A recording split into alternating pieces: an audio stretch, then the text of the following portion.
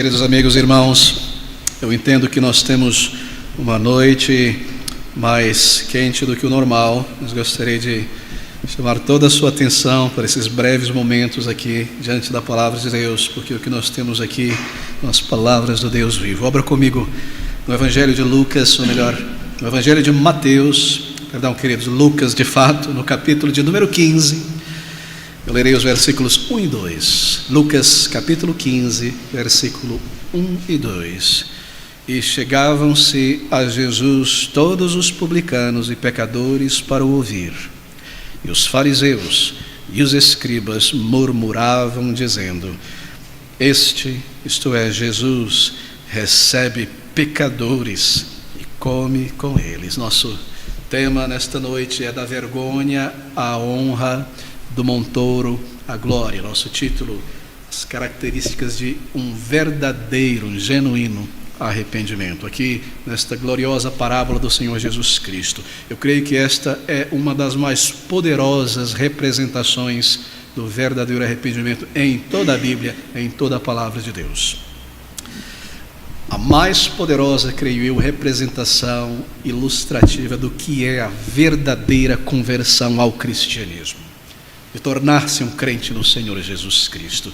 É basicamente vida dentre os mortos.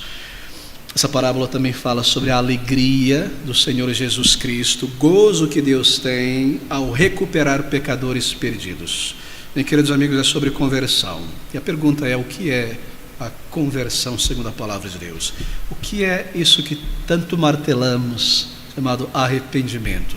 Por que a Bíblia exige o arrependimento de pecados para se receber o perdão e a salvação?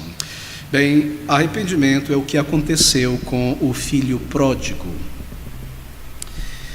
E nós temos aqui, queridos amigos, uma parábola tão maravilhosa, tão ilustrativa, que eu peço encarecidamente que você mantenha todo o tempo a tua atenção nela. O Senhor Jesus Cristo está nos ajudando aqui. Ele está ilustrando aquilo que nós queremos entender se nós estamos buscando a Deus para a salvação. Bem, tudo começa no versículo 1 do capítulo 15. E nós lemos que achegaram-se ao Senhor Jesus Cristo publicanos e pecadores para o ouvir. Publicanos, aqueles que haviam traído Israel, vendido a alma aos romanos, assim por dizer, para coletar os impostos de Israel para os romanos. Pecadores, um título para aqueles pecadores mais notórios da sociedade. E estas pessoas, a escória da sociedade em Israel, aos olhos dos escribas e fariseus, o chorume da nação, eles buscavam o Senhor Jesus Cristo para ouvi-lo. E esses líderes de Israel, homens que se justificavam diante de Deus pela sua imaginária justiça, ao verem o Senhor Jesus Cristo perto do chorume, eles se sentiram desgostosos e disseram uns aos outros: como pode? Este homem recebe publicanos e pecadores e come com eles? Não é tremendo?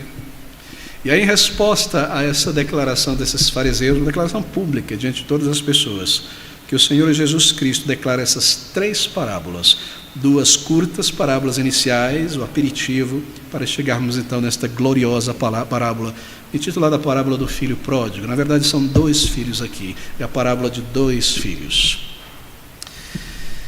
A maior das 3 parábolas é a respeito inicialmente de um filho, um homem, um fazendeiro muito rico que tinha 2 filhos. Eu passo imediatamente por essa parábola para ganharmos tempo no versículo 11.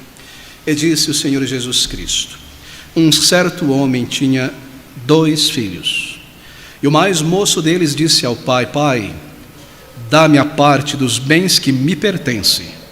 E ele repartiu por eles a fazenda. Bem, o contexto é esse.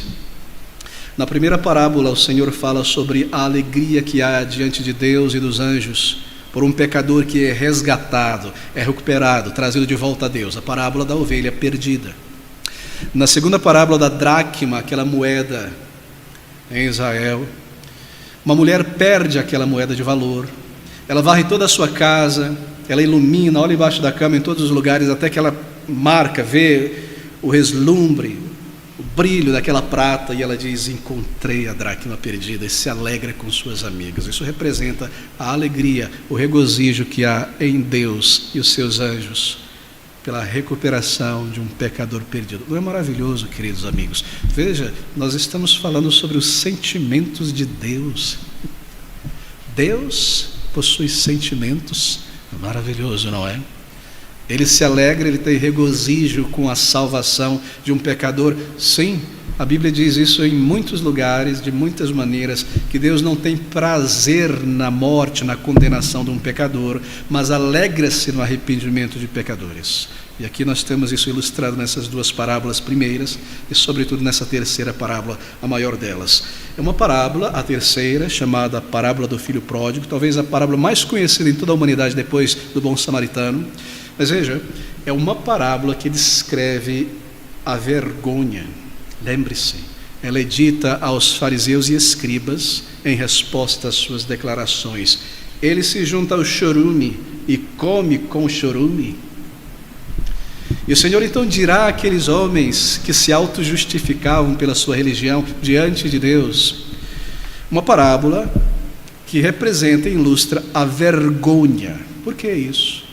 Bem, porque a característica principal da mentalidade religiosa dos judeus aqui nesta época era um contraste entre honra e vergonha. Era isso que permeava a mentalidade daqueles religiosos. Eles buscavam honra aos olhos dos homens e não a vergonha diante dos homens. Eles faziam tudo para evitar a desonra e tudo para alcançar honra, serem projetados diante dos homens.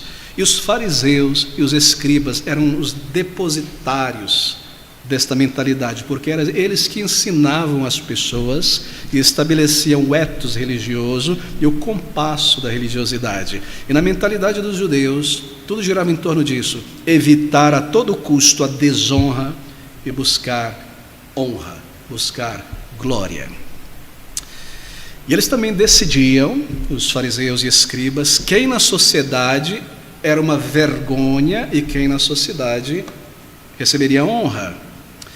E essa era a distinção mais característica, então, nesta mentalidade religiosa judaica. E o Senhor, então, diz a eles, nessa terceira parábola, extremo, o exagero daquilo que era vergonhoso, desonroso diante dos olhos do povo judeu. E com o gênio, é claro, criativo e a mente divina do Salvador, o Senhor, ele ilustrará aqui a vergonha ao seu máximo, ao seu excesso máximo possível. E tudo nessa parábola do filho pródigo é vergonhoso, e todos os personagens aqui são vistos como vergonhosos. E conforme o Senhor vai contando esta história ilustrativa àqueles líderes de Israel, os fariseus estavam ali ouvindo, e o termômetro da vergonha em suas mentes começava a aquecer e a subir, e a subir, e a subir, conforme eles ouviam o que Jesus Cristo estava ensinando. Queridos amigos, essa é a parábola. O filho vergonhoso, versículo de número 12. E o mais moço deles disse ao pai: Pai, dá-me a parte dos bens que me pertence. E ele repartiu por eles a fazenda. Você sabe o que isso quer dizer na mente de um judeu? O Senhor Jesus começa a ilustrar a sua história.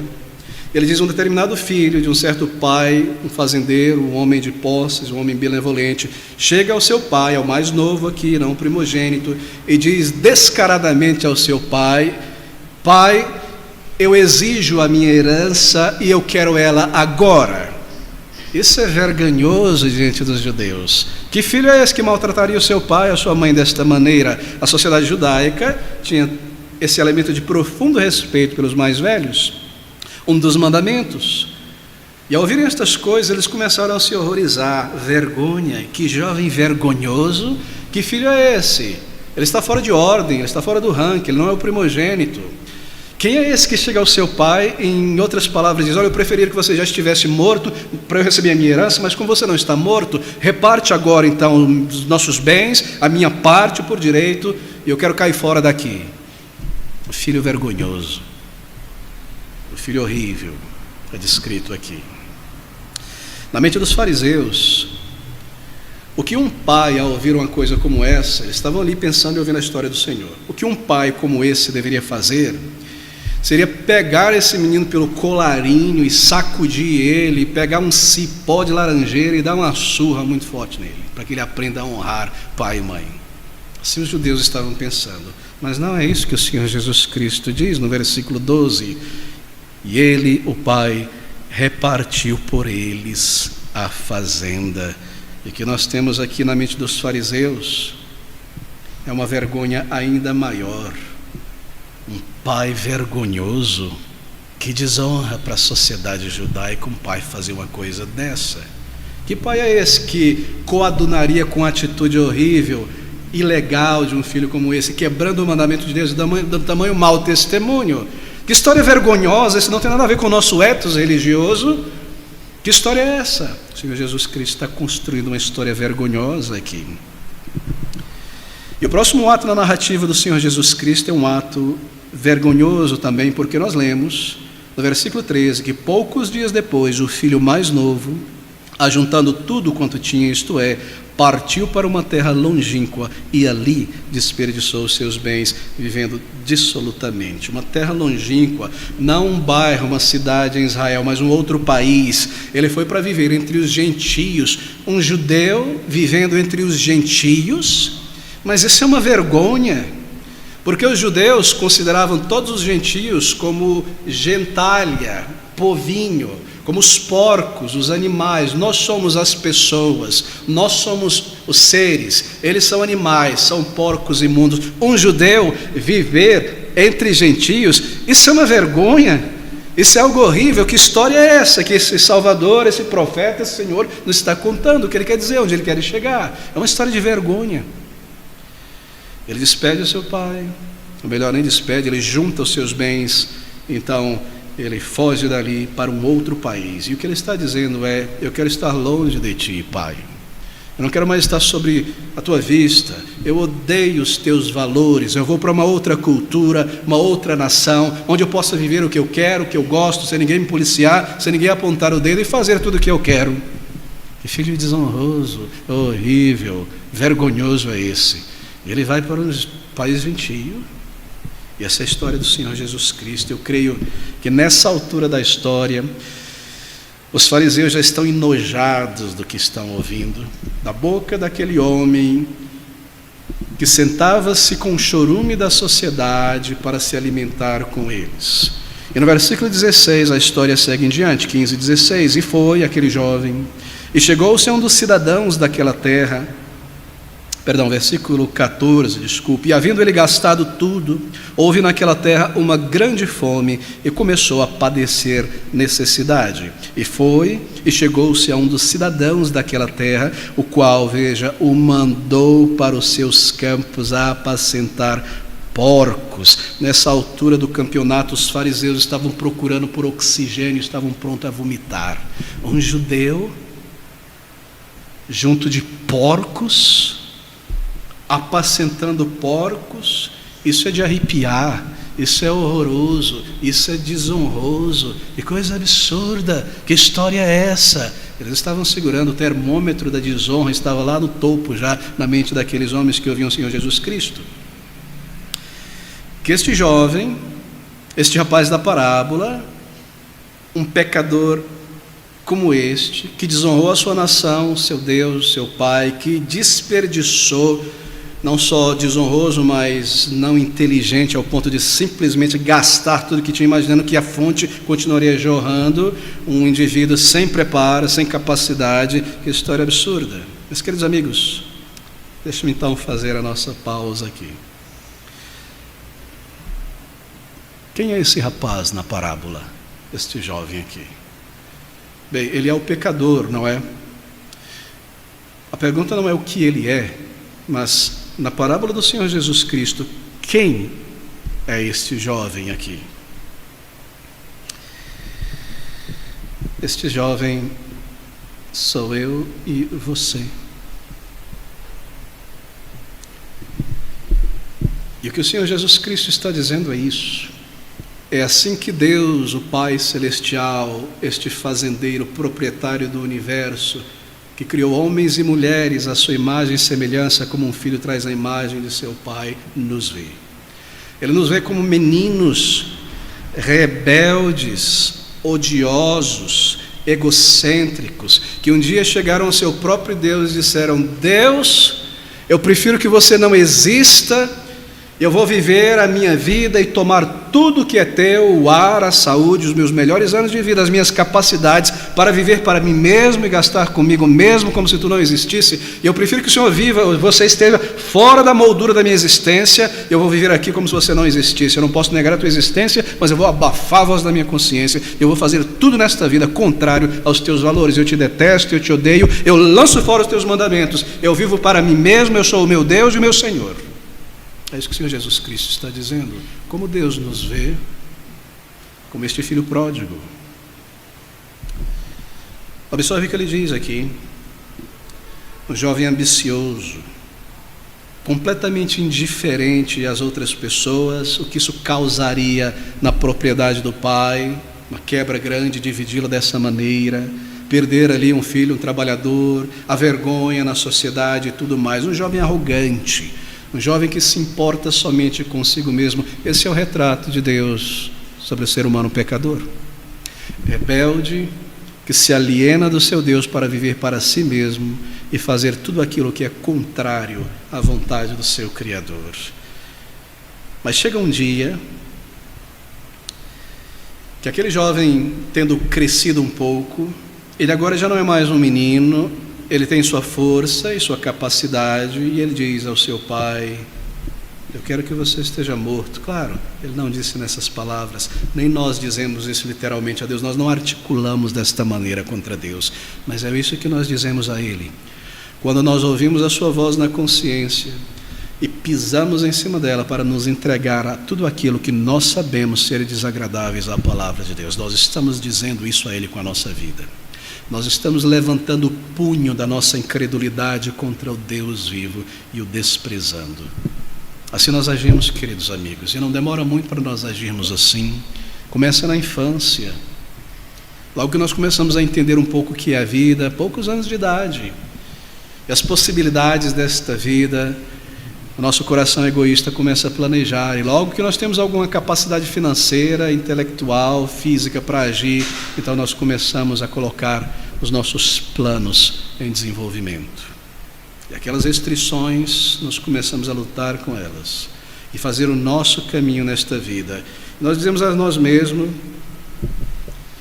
como este filho pródigo: eu não quero esperar quando meu pai morrer para ter a herança, eu vou estar muito velho para desfrutar, eu quero isso agora, a melhor vida para mim, agora, aqui e hoje.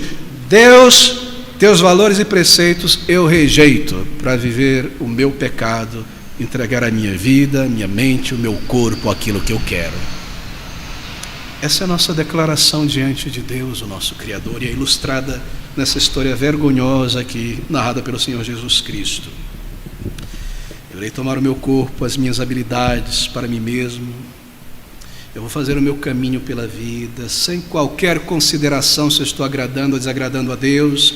Eu não me interesso por Ele, pelos seus valores, por isso eu não vou pesquisar nada sobre Ele em Sua palavra. Eu não acho, no que eu estou fazendo ou vivendo, que eu devo alguma coisa a Deus ou qualquer consideração a Deus. Eu sou dono do meu corpo, eu faço o que eu quiser, eu sou dono da minha vida, dos meus bens. Interessa como eu me lido com as pessoas, o que eu penso sobre Deus. Se Ele me comanda a buscá-lo, a conhecê-lo, eu não quero isso. Eu vou viver da minha maneira, vou fazer o que eu quero. Na verdade, eu vou construir a minha ideia de Deus em minha mente para justificar os meus pecados. Eu prefiro que você esteja morto, é o que nós estamos dizendo. Eu quero ter agora a minha parte e viver esta vida melhor que eu acho poder tirar dela. Queridos amigos, nós estamos dizendo a Deus nessa ilustração: como eu te detesto, Deus, embora eu não diga isso, porque você, Deus, colocou essas restrições na minha consciência. Se você não existisse, não tivesse colocado essas restrições e me feito saber essas coisas de certo, errado e pecado, eu poderia aproveitar a minha vida sem nenhum senso de culpa ou restrição e me entregar ao que eu quero fazer. Por que você fez isso, Deus? E porque você me condena em minha mente nas coisas que eu faço, eu vou abafar essa voz. Eu vou dizer que o que eu faço não é pecado. Eu vou ignorar. Eu vou reprogramar a minha consciência. Eu vou dizer que isso não é pecado a mim mesmo. E se em algum momento eu sentir que eu falhei, que eu errei, eu vou dizer a mim mesmo: esqueça, não pense no passado, não chore, não lembre dessas coisas, não se arrependa do que você fez. Não é essa a filosofia da humanidade nos nossos dias. Você merece, eu mereço ser isso, eu mereço viver, eu quero estas coisas que desagradam ao meu Deus. Nós levantamos o punho da rebelião contra o nosso Criador, e essa ilustração. E Deus, eu não vou agir sozinho nisso, eu vou para uma terra longínqua. Eu quero viver com pessoas que pensam como eu, que pequem como eu. Esses serão os meus companheiros nesta vida. Eu não quero proximidade com gente crente, com Bíblia. Eu quero estar com pessoas que gostam do que eu gosto, fazem o que eu faço, não me condenem. Nós podemos seguir juntos, fazendo o melhor que nós pudermos desta vida, longe de Deus. Eu vou para uma terra distante em minha mente e meu coração. Eu me junto a pessoas que não compartilham desses valores do Deus vivo. Assim eu me rebelo contra ti, ó Deus. Queridos amigos, Ele está representando cada um de nós nesta figura do filho pródigo. Cada um de nós aqui. Homens e mulheres que um dia, de uma forma ou de outra, decidiram viver como se Deus não existisse. Ou, embora não pudessem negar que Deus existe, vivem como se Ele não existisse, como se Ele não tivesse uma lei sobre nós, uma vontade revelada, autoridade sobre as nossas vidas. Nós nos tornamos ateus práticos, embora dizemos que cremos em Deus, mas vivemos como se Ele não fosse real, como se Ele fosse uma fumaça, e a Sua palavra fosse qualquer coisa, meros conselhos. Assim nós temos vivido diante de Deus. Nossos pecados, mas Deus nos vê e Ele conhece. E essa descrição da palavra de Deus sobre o ser humano antes da conversão, ela pode parecer muito severa aqui nas palavras do Senhor Jesus Cristo, mas só é severa para aqueles que nunca leram com calma a palavra de Deus. Imaginam que a mensagem do Evangelho sobre o coração humano, sobre o seu pecado, é algo brando, é algo de pouca consequência. Ou que pensam que Deus é um velhinho de barba branca com uma câmera lá vigiando todo mundo. Ou imagina que Deus é um gênio da lâmpada que está ali quando eu preciso dele, eu desempoeiro a lâmpada. Deus, me ajuda, me dá isso, me livra, me socorro, me livra de todo mal. Abençoa o rolê. Esse é o Deus da imaginação. E quando nós ouvimos essas coisas, elas nos chocam, não é? Isso não parece de Deus, não é coisa de Deus que eu estou ouvindo, isso não vem de Deus. Quão ignorante nós somos. Nós nos fizemos ignorantes da pessoa de Deus, da gravidade do nosso pecado e da consequência dessas coisas. Mas aqui está o diagnóstico do Criador que vê o nosso coração. Queridos amigos, isso aqui é realismo bíblico. Eu poderia nesta noite, por muitas razões, vestir a roupa de um pregador, a postura de um pregador típico de nossos dias, e dizer: oh, querido amigo, você é uma pessoa maravilhosa e Deus tem um plano maravilhoso para você. E Deus quer que você seja cabeça e não cauda, e você prospere e tenha o melhor desta terra, e Ele te ama, e Ele está feliz com você, como você está. E no final disto há condenação. E eu seria mentiroso à verdade de Deus, cruel quanto alma. Isto aqui é realismo espiritual. A Bíblia trata conosco desta maneira. Por isso que a Bíblia é maravilhosa, um livro vivo, um livro real. Ela nos encontra onde nós estamos e nos arranca das nossas desculpas e nos expõe à verdade. Essa é a palavra de Deus, queridos amigos, e como nós necessitamos. E porque a palavra de Deus, que vê todas as coisas, ela lida conosco desta maneira. Ela nos expõe, ela nos encontra onde nós estamos, na situação em que nós nos encontramos. Aquele jovem em busca de honra nesta vida, sim, honra diante dos seus comparsas, receber aplauso dos seus comparsas, ser, como se diz, o cara no grupo, em busca de honra, que ele encontra. Bem, ele acaba na vergonha. E nós lemos essas palavras, chegou uma fome grande, versículo 14, terrível naquela nação, e começou a padecer necessidades. Chegou-se um dos cidadãos daquela terra, o qual mandou para os seus campos a apacentar porcos, e desejava, observe a grafia da figura, encher o seu estômago com as bolotas que os porcos comiam, e ninguém lhe dava nada. Para um judeu, o porco é o animal mais imundo. Você já esteve em uma pocilga? Aquele cheiro que arde e faz lacrimejar o olho. Você já viu o alimento de um porco no campo? Eu estou falando de fazendas que preparam porco, fazer o bacon, o presunto, ali criado no livro, que eles comem. E daquelas coisas que restavam do lixo, do sangue de animais, do pedaço de osso, da titica, de tudo que tivesse de imundo ali, fazia-se essas bolotas para os porcos se alimentar. Buscando honra neste mundo, a que ponto ele chegava? Querendo alimentar-se e não conseguindo. E ninguém lhe dava nada, o que significa que aquele homem nem mesmo lhe pagava. Talvez para se livrar dele, vai para os meus campos cuidar dos meus porcos. Buscando honra nesta vida, chegou a este ponto. Sabe o que o Senhor está dizendo aqui, queridos amigos? Que este é o resultado de virarmos as costas para o Senhor e buscar viver a nossa vida sem Ele.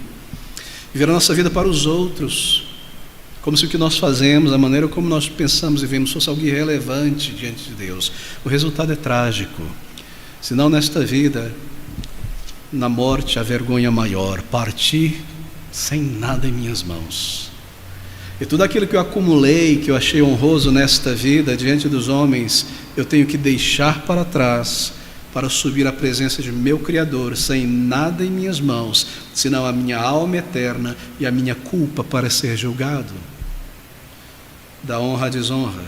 Mas veja, essa é uma parábola maravilhosa, eu disse, porque algo, de repente, acontece aqui.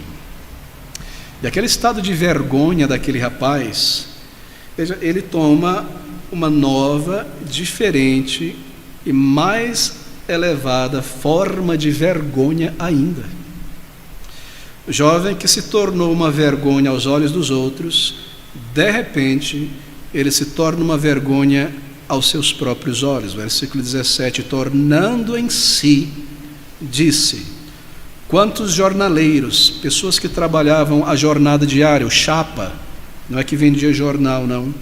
Quantos jornaleiros de meu pai têm abundância de pão, e eu aqui pereço fome. De repente algo acontece.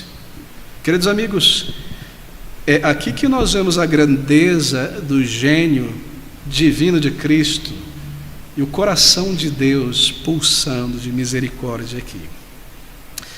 O homem aqui retratado é uma vergonha viva para todo mundo, mas ele reconhece a sua própria vergonha, ele cai em si, de repente, ele retorna-se, ele é tirado da vergonha, ele recebe honra e ele é elevado. Que contraste maravilhoso. No versículo 18, levantar-me-ei, disse ele a si mesmo, e irei ter com meu pai, e dir-lhe-ei: Pai, pequei contra o céu e perante ti. Sabe o que é arrependimento? Porque esse é o nosso título. O que é um verdadeiro arrependimento, segundo a Bíblia, é ilustrado aqui nesta atitude, a partir deste ponto, na vida deste filho pródigo. Eu gostaria de gastar esses últimos minutos concentrado aqui. O que aconteceu aqui? Essa é a essência da conversão, queridos. Marque, guarde isso. Eu não posso criar uma nova vida espiritual dentro de mim mesmo. Eu não consigo fazer isso. Eu não consigo dar a mim mesmo um novo caráter, uma paz verdadeira. Eu não consigo fazer isso em mim mesmo. Nem por penitências, nem por um esforço a deixar certos vícios, nem por me maltratar com flagelos, pagar promessas, o que quer que seja. Eu não posso gerar isso dentro de mim. É terrível, não é? A minha dívida, a minha culpa diante de Deus é muito grande. E eu não consigo pagar por meio desses artefatos, subterfúgios religiosos. É verdade? É que eu não posso fazer nada para ganhar ou merecer o perdão de Deus, baseado em um mérito meu, um sentimento meu, perdão. É Deus quem faz tudo isso E é Ele quem faz isso em mim. E isso é ilustrado aqui neste versículo de número 18, é a misericórdia de Deus. Tudo que eu posso fazer é então, depois que Ele me abre os olhos, me arrepender para com Deus e me voltar a Ele. E essa atitude é bastante clara neste jovem. A menos que eu me volte a Deus em arrependimento, eu não receberei nada de Deus. Nada, absolutamente nada. Veja, aquele jovem, ele prepara o seu arrependimento, não é interessante? E tornando em si, sabe o que é isso? É aquele momento na nossa vida, com aquele copo de cachaça na mão, ou na jogatina, ou na vaidade da vida, na gabação da vida, na festa, no pecado, no vazio, na rebelião, o que quer que seja, aquele momento de intensidade que de repente você para e olha e diz: o que é isso? Tudo aqui. Qual o significado de tudo isso? Fazer festa, comer, beber, dormir, acordar, porque as pessoas nascem. O que isso quer dizer? Qual o significado disso? Porque eu sinto tamanha culpa pelas coisas que eu fiz. Por que isso está voltando a mim? Porque há dentro de mim agora, de repente, um temor da morte e da condenação. E, de repente, tornando em si, eu não sou um animal, eu sou uma alma eterna. Há um Deus, eu vou prestar contas para Ele. Eu não posso seguir pela vida dessa maneira como se eu fosse eterno. Eu posso morrer a qualquer momento, então estar na presença de Deus, tornando a si. Foi Deus quem tomou a iniciativa, é Ele quem abre os nossos olhos. Isso é um ato da graça de Deus. Por nós mesmos nós não aceitamos, nós não queremos, nós rejeitamos e resistimos até o final. Mas Ele volta a si mesmo.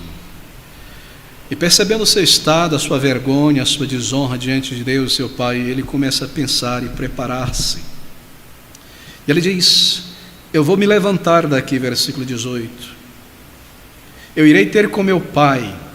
Eu lhe direi: pequei contra o céu, pequei perante ti. Então nós lemos o caminho de volta a Deus no versículo 20. Levantando-se foi para seu pai, e quando ainda estava longe, o seu pai viu a ele, viu o seu pai. Não ele viu o pai, mas o pai viu a ele. Lá longe, esquálido, fétido, fraco, magro, e se moveu de íntima compaixão, e correndo em direção a ele, lançou-se-lhe ao pescoço e beijou. Essa é a essência da religião bíblica. Não é eu em minha força e minha capacidade buscando voltar a Deus, mas Deus me vendo na miséria e enviando o seu Filho amado a este mundo para me resgatar. Ele estava em um país distante, querido amigo, morto de fome, cheio de parasita, vivendo entre os porcos, fétido, imundo. Como ele chegaria de volta ao seu pai, cruzando rios e montanhas? O seu pai o viu. E aqui está algo maravilhoso do Evangelho. Quando nós chegamos àquele ponto de culpa, de convicção de pecado, nós dizemos: eu irei ao Senhor, e nós simplesmente tentamos, nós caímos em nossa fraqueza novamente. Eu vou parar de pecar de agora em diante. E logo você se vê enterrado novamente naquilo que você disse que não faria mais. Nós não temos a força em nós mesmos. Por isso Deus enviou o Salvador a este mundo. O cristianismo bíblico, evangélico, é a única religião na face da terra que nos diz a verdade. Toda outra religião diz assim: olha, se você fizer isso, Deus vai te aceitar. Se você repetir esses mantras e se elevar a Deus, você chega lá. Você consegue com a ajuda de Deus. Apenas repita isso várias e várias vezes. Não, a palavra de Deus diz: você não consegue, você está morto, enterrado em pecados, você precisa de um Salvador que te resgate. Isso está aqui declarado nesta figura maravilhosa. Deus, o Pai, o viu, e Deus viu a nossa miséria, e com grande compaixão enviou o seu amado Filho, o Senhor Jesus Cristo, para viver aquela vida perfeita diante da lei de Deus que nós não temos vivido, porque somos criminosos contra a lei de Deus, quebrantando a dia e noite. E para pagar no lugar de pecadores o que nós merecemos, a morte eterna, Ele leva sobre si naquela cruz de dor e agonia. Ele envia o seu Filho amado. Mas veja, há uma parte que cabe a mim aqui. E aqui está o caminho de volta ao seu Pai. Essa declaração ela é tão importante, queridos amigos, no versículo 20, porque ela nos diz o que é mais importante na conversão, que não foi o filho pródigo que viu o pai, mas o pai viu o filho. Então nós lemos na sequência que ele levantou-se, que ele tinha preparado o seu arrependimento, que ele tentou ir ao seu pai, mas o seu pai veio a ele porque o viu. E assim é o verdadeiro arrependimento. Quando eu vou a Deus, eu vou convicto do que eu fiz, eu vou convicto de minha culpa, eu preparo o meu arrependimento, não de maneira artificial. Eu digo a mim mesmo: eu vou ao Senhor, eu sou uma vergonha viva, mas eu vou pedir a Ele perdão, eu vou rogar que Ele me perdoe, e vou dizer abertamente que eu pequei, tenho vivido em pecados, e que eu sou isso mais, eu tenho feito estas coisas terríveis diante dos olhos do Senhor. Eu vou dizer: Senhor, me perdoa, tem misericórdia de mim. Esse é o verdadeiro arrependimento ilustrado aqui. É isso que ele fez. Deixe-me passar algumas características do verdadeiro arrependimento então aqui nesse texto. Queridos, há dois tipos de arrependimento. Você sabia disso? Há um arrependimento que é o arrependimento mais comum, que é gerado pelo medo. O medo da punição por algo que nós fizemos. Eu fui descoberto, eu começo a temer, eu me arrependo do que eu fiz. Mas nós chamamos este arrependimento, porque ele não é verdadeiro arrependimento, de remorso. Remorso, porque eu agi assim, porque eu fiz isso, eu perdi crédito, e agora eu vou ser punido. Esse é o medo de ser punido. Mas um outro tipo de arrependimento então, e esse é o arrependimento do filho pródigo, esse é o arrependimento verdadeiro que Deus aceita. Que arrependimento é esse? Bem, é a vergonha que a pessoa sente de si mesmo, surgindo da sua própria consciência do seu pecado contra Deus. Esse é o verdadeiro arrependimento. E tornando em si: eu pequei contra o meu Deus. E levantando-se foi para o seu pai, enquanto ainda estava longe, viu o seu pai, e se moveu de íntima compaixão, e correndo lançou-se-lhe ao pescoço e o beijou. Você viu? Verdadeiro arrependimento vai além das coisas erradas que nós fizemos contra outras pessoas. Ele diz: Pai, versículo 21, pequei contra o céu e perante ti. Ele vai além dos seus crimes na sociedade, da sua grosseria contra outras pessoas, da sua cobiça, da sua mentira, da sua malícia. Ele diz: eu pequei foi contra Deus. E como Davi, ele diz: Senhor, contra ti somente pequei e fiz o que é mal à tua vista. Como assim? O que ele fez?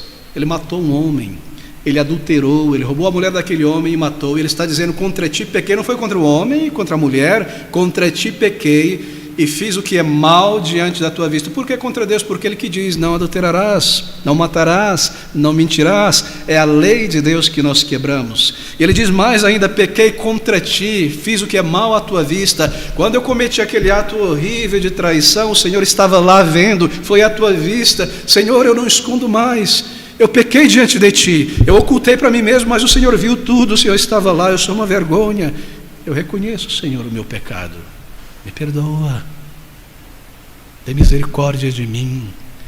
Esse é o verdadeiro arrependimento. É uma vergonha pelo que eu fiz, não é mais apenas medo da punição. E essa vergonha me leva a pedir perdão a Deus. E esse é o terceiro elemento do verdadeiro arrependimento. É um arrependimento para com Deus, isto é, me leva a confessar a Deus e clamar por perdão, por misericórdia. E o resultado deste verdadeiro arrependimento é perdão, é salvação, da desonra para a honra, do montouro, do pecado, para uma nova vida com Deus nos altos. Isso tudo ilustrado aqui. Arrependimento verdadeiro também gera na pessoa uma mudança.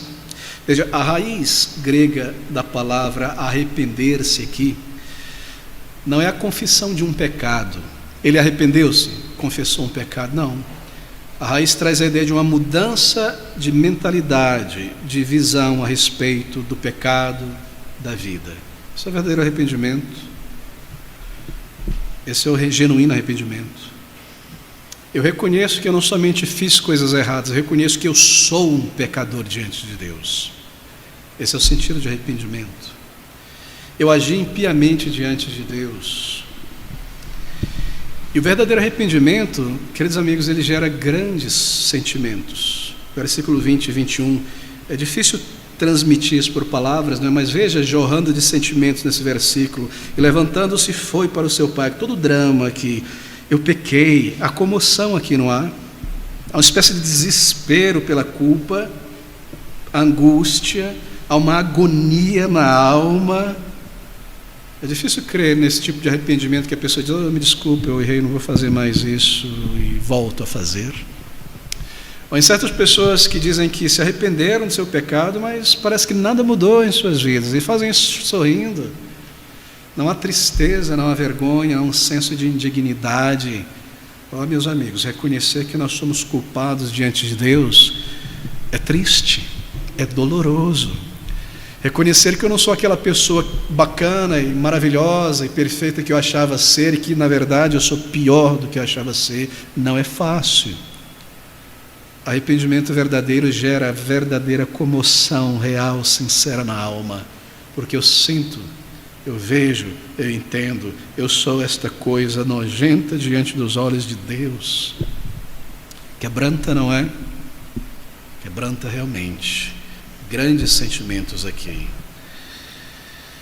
E arrependimento verdadeiro também é o resultado da fé em Deus. Por que é o resultado da fé? Bem, porque eu creio que eu sou um pecador, porque a Bíblia diz que as coisas que eu tenho feito e vivido são pecados, e porque eu creio, eu sei que eu sou um pecador. Aí está a fé. E eu creio que Deus é justo em me punir, e eu creio que eu posso ir a Deus se Ele está dizendo que eu devo ir embora tão sujo e fétido de meus pecados, Ele vai me perdoar e salvar, e eu vou a Ele triste, culpado. Isso é fé. A fé e o arrependimento andam juntos, são os dois lados desta moeda chamada conversão. Assim, há dois aspectos para o arrependimento. Um é arrependimento, que traz a ideia do sentimento da vergonha, da tristeza pelo pecado. E outro aspecto do arrependimento é chamado na Bíblia de conversão. Eu não somente me entristeço verdadeiramente, me envergonho, clamo a Deus, mas agora eu viro as costas para o meu pecado. Há uma mudança, uma conversão de vida. Eu ia para longe do Senhor, eu estava vivendo aquilo que era desagradável a Ele, mas agora eu reconheço que eu pequei, tenho vivido longe do Senhor, e eu busco, eu deixo esta velha vida para trás. Querido amigo, se você está buscando o perdão de Deus, e você está sentindo e vendo quão culpado é diante do Senhor, e entende que Deus é misericordioso para perdoar, não é suficiente parar aí. Você precisa deixar os porcos, esta manada imunda para trás, entregar a tua vida ao Senhor e romper com esses laços desagradáveis a Deus e lançar fora da tua vida tudo aquilo que você sabe que é contrário ao Senhor e que te culpa e te mancha e te mantém culpado neste mundo. Essa é uma atitude natural, uma consequência natural do arrependimento. Você se levanta da pocilga do pecado. Você não permanece ali, estou salvo agora, e continua vivendo ali. Não, você é uma outra pessoa, ajudado por Deus. Há uma grande determinação de ir a Deus e rogar misericórdia e força para vencer, e você já faz isso deixando para trás estas coisas. Quantos testemunhos de conversão já li? E esse aspecto se destaca em todos: tristeza, vergonha pelo pecado, confissão e entrega, deixar para trás a pocilga deste mundo e lançar fora tudo aquilo que eu sei ser desagradável a Deus. Vou contar uma história para vocês, talvez vocês surpreendam. Cresci na igreja, estava lá fazendo o meu melhor, mas como uma pessoa não salva, o mundo estava aqui dentro. E não há como, não é? Por mais que você se esforce, o mundo está ali dentro e você de alguma maneira tem que satisfazer o teu mundanismo. E resumindo uma história longa e muito cheia de coisas terríveis, eu ia para a igreja, acredite ou não, em alguns momentos, para o sábado dos jovens, com uma camisa do Bob Marley segurando um cigarro de maconha, que eu havia comprado em Florianópolis, aos 16 anos, quando fui visitar lá a primeira vez. Por alguma razão eu não tinha visto essa figura com clareza, mas eu gostava das músicas. Mas quando Deus me fez ver a minha pecaminosidade interna, Queridos amigos, meus olhos se abriram e eu olhei no guarda-roupa e falei, que negócio é esse? Eu peguei aquela camisa, eu toquei fogo nela, por tudo que ela representava da concupiscência da carne, dos olhos e da soberba da vida. E não foi só aquilo não, foi aquele monte de CD que eu tinha, do Elvis Presley, me vergonho de dizer, da Legião Urbana e daquelas bandas inglesas e tudo aquilo que movia emoções sensuais e de ser o número 1 no mundo e a grande pessoa e tudo mais, eu joguei fora, eu quebrei, eu lancei fora. E eu cortei amizade com muita gente, mesmo com pessoas na igreja que eu achava serem crentes verdadeiros, mas que no final do culto, ou mesmo no final não, depois do louvor, sentava encostado no carro, contando piada e gastando o resto do dia naquilo. E com aqueles meus amigos com os quais, não na igreja onde eu frequentava, mas quando eu viajava para algum outro lugar, depois do culto nós íamos para a boate juntos, eu entendi o que era aquilo. E eu deixei a pocilga, porque de porco eu fui transformado em ovelha, e da pocilga eu fui unido ao rebanho de Cristo. Isso está aqui, queridos, observe. E tornando em si disse, versículo 18, levantar-me-ei. Versículo 19, já não sou digno. E versículo 20, então, e levantando-se, foi para seu pai. Esse é o verdadeiro resultado do arrependimento. Há um outro aspecto aqui. Neste versículo, ele diz, no 17, eu estou nesse estado, mas veja os servos de meu pai, quanto eles têm. E quando nós somos salvos por Deus, em um determinado momento antes da conversão, nós começamos a comparar essas coisas, nós começamos a comparar a nossa própria fome por sentido, por paz, por vida, por autocontrole, tantas coisas, com a riqueza que aquelas pessoas têm que já nasceram de novo. Como essa pessoa tem essa paz, esse autocontrole? Eu quero isso. Como essa pessoa consegue se controlar e não ter mais prazer nessas coisas que eu dependo para viver delas? Eu quero isso. Nós começamos a comparar. Isso nos leva a almejar esta nova vida. Esse é verdadeiro arrependimento, está envolvido nisso. Eu estou aqui, os jornaleiros de meu pai, que abundância. Então ele deixa aquele rebanho imundo para trás e vai ao Senhor.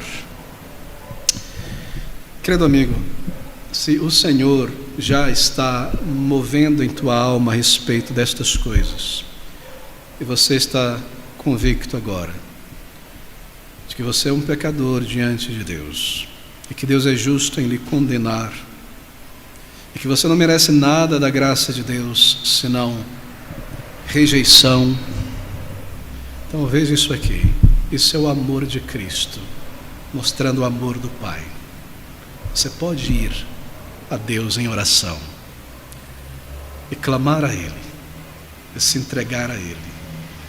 É maravilhoso o final aqui, nós não temos tempo para desenvolver, mas veja o que acontece, versículo 21.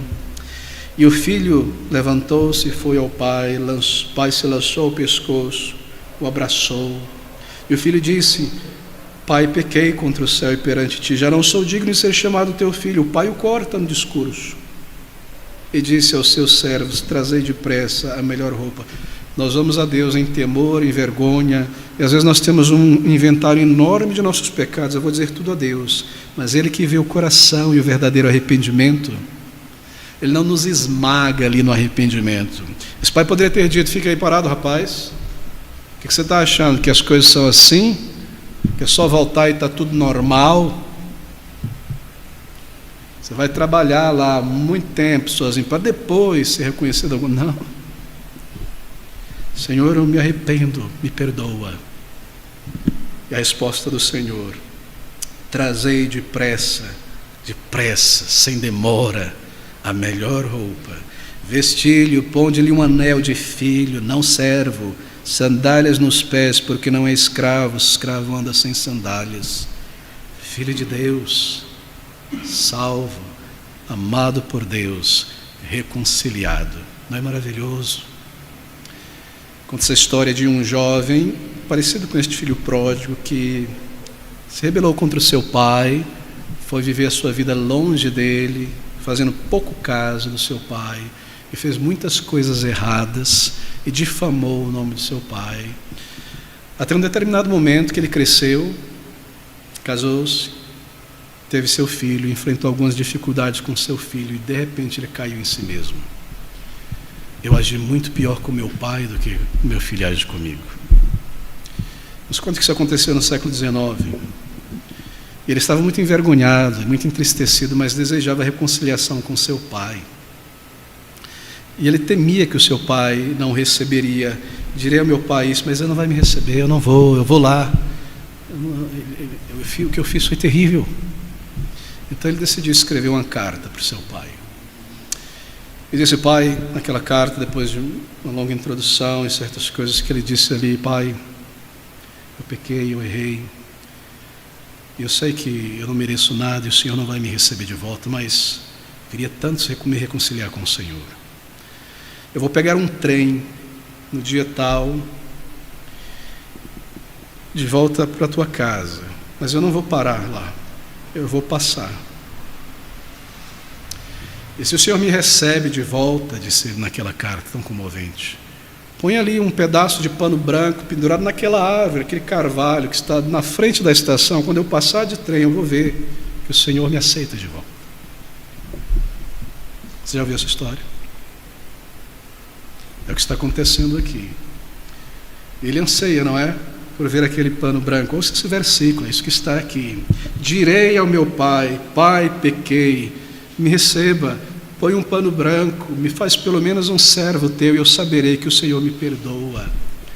Ele entra naquele trem e vai em direção àquela cidade onde ele cresceu e havia deixado seu pai. E ao passar na estação, ele olha para aquela árvore, mas não havia um pano branco ali. A árvore inteira estava coberta de panos brancos. Pai, me perdoa. Pai, me faz um servo. Eu não mereço nada. Ouça essas palavras. Pequei contra ti. Me faz um servo. Eu quero só estar com teu povo e saber que já passei da morte para a vida. Não. O melhor anel, uma sandália, meu filho, o bezerro cevado, versículo 23, festa, alegria, porque este meu filho estava morto em seus pecados, longe, perdido, e reviveu, e tinha se perdido e foi achado, e começaram a alegrar-se. Este homem, ele se assenta com pecadores e come com eles. Ele é amigo de pecadores, graças a Deus por isso. Ele é o amigo dos pecadores. Ele recebe pecadores. Vamos orar juntos. Senhor Deus, que grande amor, Pai.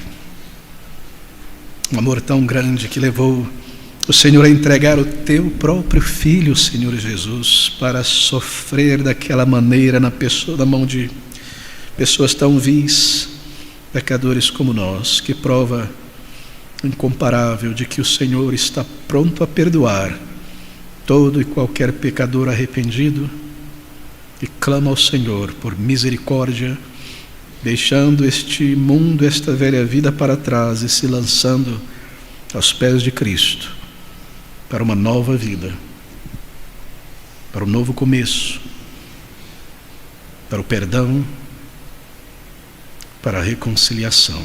Ó Senhor, se alguma coisa dissemos nesta noite que atrapalhou mais do que ajudou, que seja esquecido, e que somente permaneça na mente e no coração dos ouvintes aquilo que for útil pelo Teu Espírito, para levá-los a entender que o Senhor perdoa, recebe pecadores e os salva e os limpa e os transforma em filhos, em filhas do Deus vivo.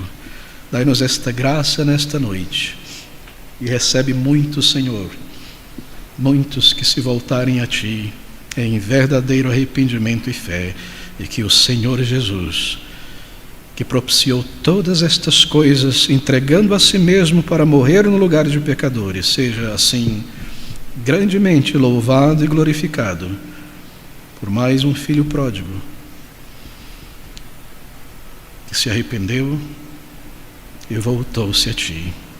Nós te rogamos estas bênçãos tão grandes que só o Senhor pode dar, em o nome precioso do Senhor Jesus Cristo, e para o teu louvor. Amém.